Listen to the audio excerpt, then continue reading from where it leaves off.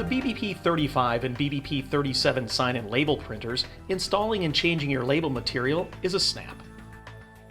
Let's start by first becoming familiar with a label roll. You'll notice on the roll that on one end of the spindle is a chip. This is a smart cell that interfaces with the printer and tells the printer everything it needs to know about that roll of tape or labels and automatically sets everything up for you. Locate the two metal prongs in your printer. This is where the smart cell connects to the printer. Drop the roll in place. Pinch the yellow button on the guide inside the printer and slide the media guides to their widest position. You'll notice that all four guides move together.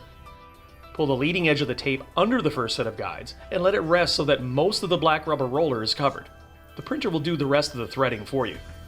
Slide the guides together so that they just line up with the edge of the label material. If you're using continuous tape, engage the yellow wiper bar. Close the printer cover and you're all set.